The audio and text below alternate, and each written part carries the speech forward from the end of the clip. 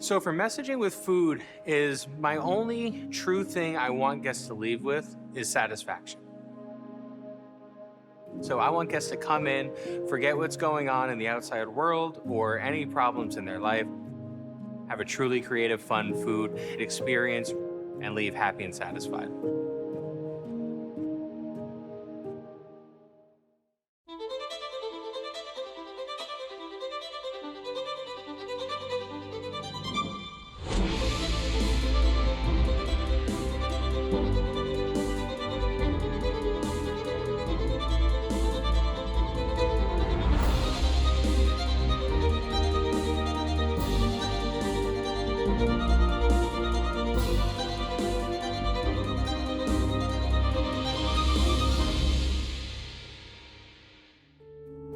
San Francisco.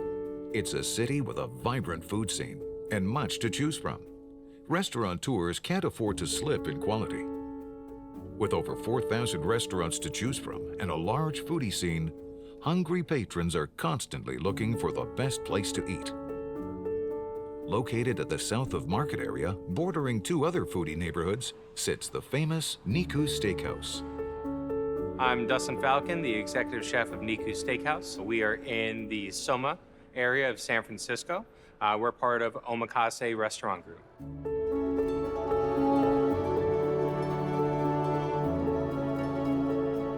So this restaurant is totally designed around Japanese Wagyu. Even the design of the restaurant is kind of designed after a Japanese capo counter experience where you sit down and the chefs cook with you.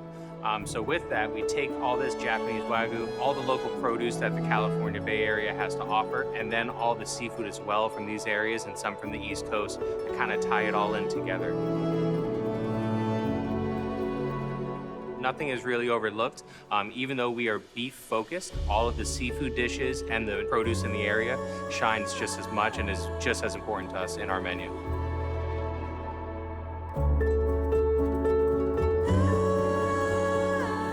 Myself and Guy Crims, our part owner, who own Butcher Shop by Niku, he imports all of our meat. So he goes to Japan several times a year, works out deals, meets farmers directly. Some of the prefectures and types of A5 we have, at first when we get them, we're the only people in the United States to actually use them. So he works out the deals, and then him and I work together. Some things we do available at the butcher shop, some things are crossover between the two, and some are exclusive just to Niku as well. My name's Guy Crims, here at the Butcher Shop by Niku Steakhouse. I've been doing this since 1984. Fortunate thing about me is that I have not worked probably in a quarter century. I get to show up and do what I love to do every day in our dojo, in our place of learning. The employees are not employees in the Butcher Shop. They are my students, but they are also my teachers. I'm a student-seeking master.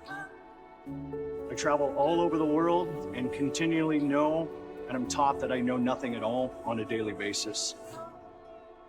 I'm here with Guy Crims, our part owner of the Butcher Shop and part owner of Niku Steakhouse, purveyor of all fine meats for us and our working partnership. Guy, what are you working on here? Well, we're doing a little bit of Jacks Creek, New York strip. This is F1 Wagyu. F1 simply stands for first generation genetics. First generation is 50% of this animal is Japanese Wagyu bull, and the mom is generally a Black Angus cow. So F1 standing for first generation. This gets the intermuscular marbling that we're used to seeing in our Japanese A5 Wagyu, but with that same bite and chew we're gonna get from a USDA prime product. Beautiful steak. It's exclusive to us here, and we love it. It's one of those things. You get that nice umptiousness from the creaminess from the Japanese A5 Wagyu fat. Gorgeous piece of meat right there. And with yeah, they are. And then with the work that we do with Chef Dustin, it's an interlaced interconnection. It's a transparent connection between the butcher shop and the steakhouse. You can clearly see through the glass into the bar. My relationship with Chef Dustin is purely through food and our translation of the artwork and what we do to get these things out to the guests, not only just to feed the guests, but to actually educate the guests. My job is just not messing up when he gives me this type of meat. As complicated as it sounds, to make it easy, he makes my life really, really easy by sourcing me stuff like this from all over the world, developing those relationships and getting all that fine product at Niku that we get to serve guests every single night. So truly, truly very special ingredients. Being able to pair this with all different types of seafood and shellfish is just really, it makes coming to work every day super, super easy and a lot of fun. Absolutely, absolutely. I love it. So the one thing with this restaurant group is as we're growing and we have these amazing restaurants that are beautiful, is it always very, very, very humble beginnings. Cash and Jackson from Omakase started up just opening a sushi spot. You know, they took over a Chinese restaurant and did what they could and slowly grew the group. And we've had people with the company for the full 15 years it's been open.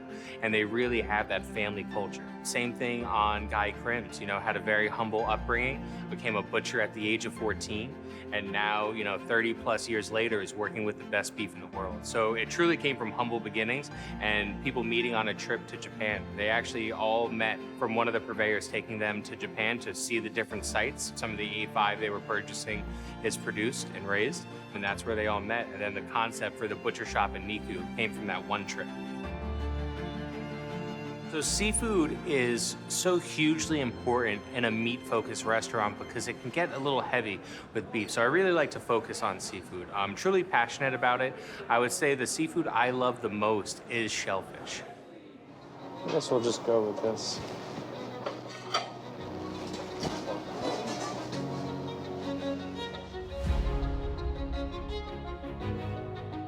So a lot of people have misconceptions about lobsters, that you need to drop them in boiling hot water super fast. That really just seizes up the meat. So our process is a little bit different here. These lobsters never see a tank of water that you see in a grocery store.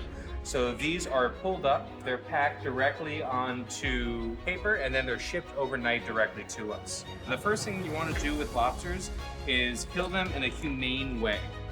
So what we do is right through the top of the head, we go through with a knife, and then we twist it, which instantly kills the lobster so they don't feel anything. To me, shellfish is something that's really luxurious, as is the A5, but a lot of people don't cook it at home. A lot of people, I realize, go out for those certain types of items. So having that here really plays well together, where you can have those lighter seafood courses, the shellfish base, leading into the meat. With these lobsters, what we'll do now is we're going to remove the legs. So we'll separate the lobster out from knuckles and claws and tails. So as the lobster muscles contract back and forth, it's gonna pump out hemolymph and replace it with the brine.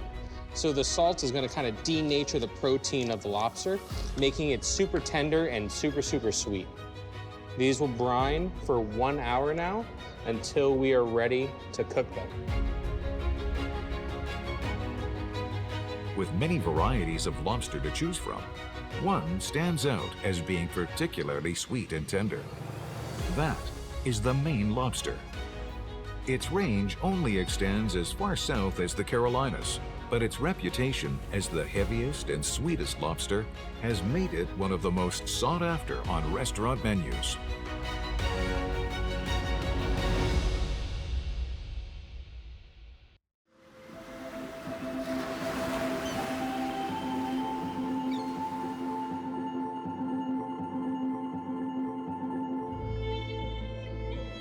A lot of first-time guests with us have a thought of what they want to come in and eat. They're expecting to have a large cut of meat. And then they start going through our smaller plate sections and our shareable sections, and they try the crab. Pasta is something that's very dear to my heart, and that right now we're featuring corn that's just coming into season here in the summer, and Maine lobster as well. So you have that California Brentwood corn and then Maine lobster from the East Coast, both super sweet, nice salinity to it. And they try those dishes. We had someone last night, and they just absolutely were blown away, and they said, I didn't realize I was going to come here and have the best pasta that I've had in years.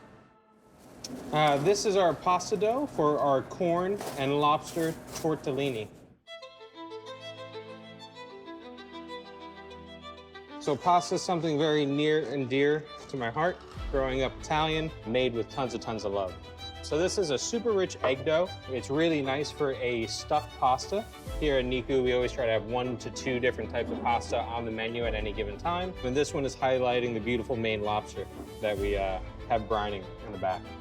So my family is ultra supportive of my career, even a little too much, I would say at times, where no dish can be bad, even though I know that's not the case. And really, my food does come through as what I had as a child. You will find a little Jersey Italian hidden in some dishes somewhere that I grew up with that my grandmother or mother might have made. So it definitely plays an influence in not only who I am as a person, but as a chef as well. This is the corn filling. So this is semolina cooked with corn and lobster stock made from the bodies and the small legs. And then corn juice cooked until a thick pudding. And then it's all pureed together with just a little bit of butter and salt. So it's very much so just a true expression of how good the corn tastes in the Bay Area right now. All right, so now we will shape our tortelloni.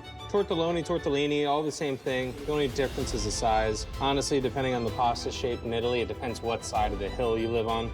Pasta can be as simple or as complicated as you really want to make it. And it's going to taste, honestly, just as good, as long as your dough's right and your filling is good. You'll see through the steps we take here, you know, it takes a lot of manpower, it takes a lot of care, and you really have to want to be doing it, or you're going to notice. You can taste when someone isn't passionate about it.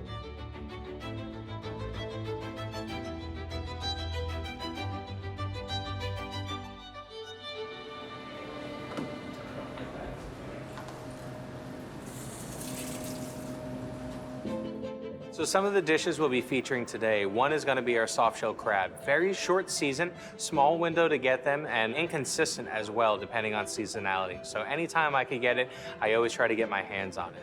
One of my other true passions is fried chicken, so that's how we treat the soft shell crab. So we're going to be doing it today in a seasoned flour with buttermilk, frying it till it's crispy, and with a little bit of the South brought into it. We'll be featuring a green tomato chow chow that helps kind of cut that richness from frying the crab, but also plays really well with the sweetness. So you'll have those tart green tomatoes done with a little bit of fenugreek and almost like a B&B pickle style. So you'll have tartness and sweetness to play with the crab and help cut the fat. All right, so next we're gonna process our soft shell crab. So these guys are ultra special. So the process in order to clean soft shell crab, so they're good to eat, is right up front here. We have the eyes. We're gonna trim directly behind and cut that off. So the soft shell crab has these little filters that will also get really bitter. So we always trim these off on both sides. These crabs are super fresh, really meaty. It also has this little tail piece here that we want to remove. And this is our perfectly clean soft shell crab that's ready to go. So a lot of our proteins that we use are special order. So we're in close contact with our meat purveyors, our seafood purveyors. I will have a certain dish on the menu, and it might not be here tomorrow.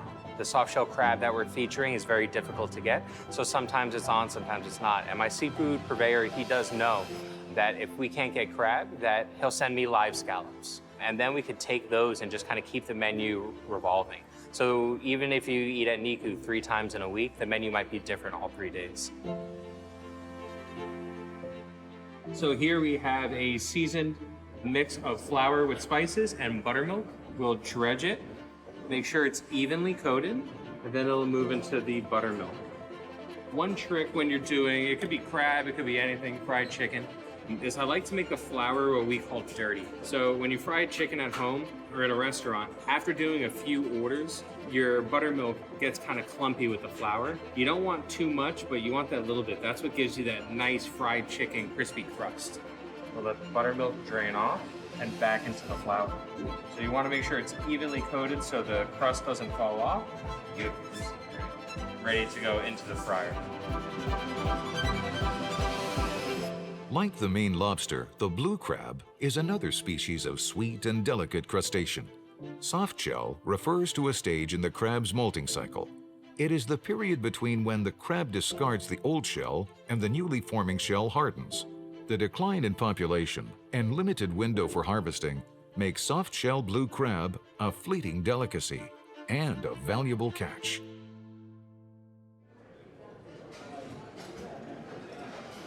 All right, so now we're gonna be cooking our soft shell crabs that we dredged earlier on.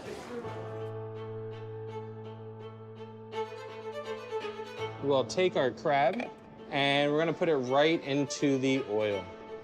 And we wanna cook this crab until nicely golden brown, which is right around 2 minutes. You never want to, whether it's fried chicken, crab, anything with a dredge like this, you never want to move it when you first put it in the pot. You want to let that outside get crispy.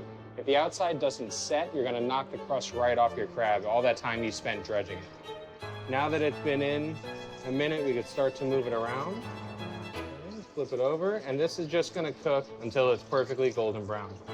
When I think of fried chicken, I think of the South. So that is the whole kind of intention of this dish, is taking ingredients from the South or methods of doing buttermilk fried chicken. And then, of course, being true to California, we're mixing in tons of local ingredients to give you flavors that you could only get here. So this looks perfect. And that is our fried soft-shell crab. And now we can plate. Before I felt I would try to conceptualize a dish, and I would spend a lot of time thinking about it and the different flavors and how can it look on the plate. And then after working here for as long as I have and going to the farmers markets and working with the purveyors I have, the dishes just kind of fall together. So, pairing in ingredients that we only have here to the Bay Area. We have different flowers and greens that grow along the coast here. And then one of my favorite ingredients tying back to the East Coast is ramps. So these are the actual tops of the ramps, the greens, that we fermented and then dehydrated and powdered. So I'll cover the entire top of this crab in this fermented green ramp powder. These all add some funky flavors that end up help cutting through that richness and pairs really well with the crab.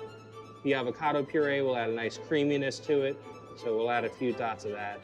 Here we have the actual ramp bowl. Gives it a nice salt kind of funk to it. Goes really nice with the chow chow. In the summer, the dishes line up because of the shellfish that we have and the produce that we have. And it's really natural pairings that even some might sound a little different of cooking shellfish or a piece of fish in Wagyu fat. It really is just a natural pairing that comes together based on seasonality and what we have. This is a New Zealand spinach that grows along the coast. This is finger lime. So these are all little individual pods, but they burst with straight lime juice. So it's got a really great lime flavor to it. Here we have our green tomato chow chow, kind of looks like a B&B pickle relish. In this is green tomatoes, a little bit of turnip and onion, and then it is all dressed in the chow chow liquid. So I'll always plate the crab on a little bed.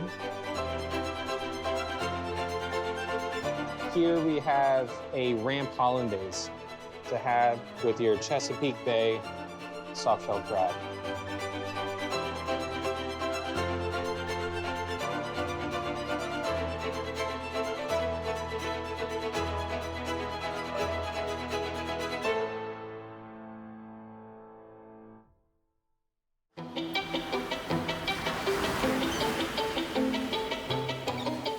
Once populous and thriving, species like the soft-shelled blue crab have been under threat due to overfishing and wild breeding complications. Overfishing and climate change endanger many of the foods we need for our bodies and souls. The pressure from restaurants and other buyers to maintain supply helps nudge fisheries towards more sustainable practices. Or one technique we use here is, since we're centered around this live fire cooking, we can really highlight the grill. Since we have Japanese binchotan and also white oak, is depending on the type of seafood or shellfish, is we'll sometimes use 100% just wood, just binchotan, or a combination of the two. Adding those char flavors and the light smoke to seafood dishes, I feel really elevates it and makes it stand up on its own to where you could eat it next to a piece of seared beef or a larger cut and it'll still hold its own. Here we have our Maine lobster that's been brining for 1 hour. So what we're gonna do is we're gonna cook it, but each of these pieces cooks for a different amount of time, which is how I have it separated. So we have what's called the crusher claws, which are the nice big fat ones. The knuckles, these are all gonna cook for the same amount of time. So these are gonna cook for 4 minutes. Inspiration for me really comes from the Bay Area. With my upbringing, shellfish is something we always kind of cook, whether it be scallop, mussels, clams, and that's really what I like to focus on. The next piece, these are called the pincher claws. These are gonna cook for 3 minutes each. These tails, for this preparation, we're gonna do a 2-minute blanch. All right, so now our 4 minutes have gone by. So our lobster, but is all cooked perfectly. So these will cool down and then we'll process them for our corn tortelloni dish. All right, so now we're gonna clean our Maine lobsters.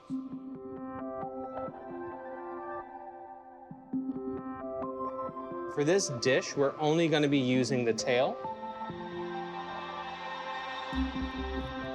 So what I'm gonna do is slice medallions. My personal favorite seafood dish is gonna have to jump back towards pasta, just because of my upbringing. So now we're gonna be finishing our corn tortelloni we made earlier today. So we have our corn pasta that has the corn pudding and the semolina that's been cooked in the lobster stock and corn stock as well. So we're gonna drop this pasta into the water, and that is gonna cook for 3 minutes. So while this is cooking, we are going to assemble our pasta together. So what we have here, we call this a beurre monté. It's just an emulsified butter sauce. So what we'll do, warm up our butter. This lobster that's barely cooked, we're gonna add it right in. We have sun-gold tomatoes that we peeled. Here we have chanterelle mushrooms. These were roasted traditionally in a little bit of oil, herbs. We threw garlic, shallot, and then we finish it with lots and lots of butter. And then, as I spoke about, our grilled corn. So all of this will just warm up together.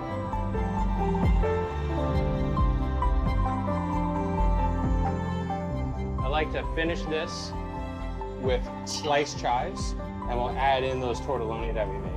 So these Maine lobsters, super sweet.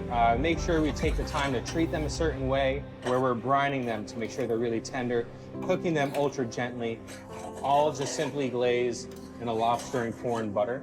And then now we can go to plate.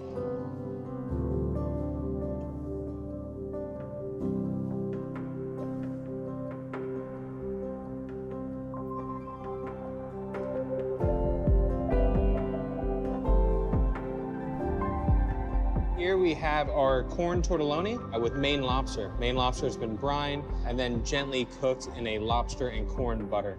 Chanterelle mushrooms, sun-gold tomatoes, pop sorghum, shiso basil. Pretty much everything that's great about California summertime and delicious Maine lobster from the East Coast.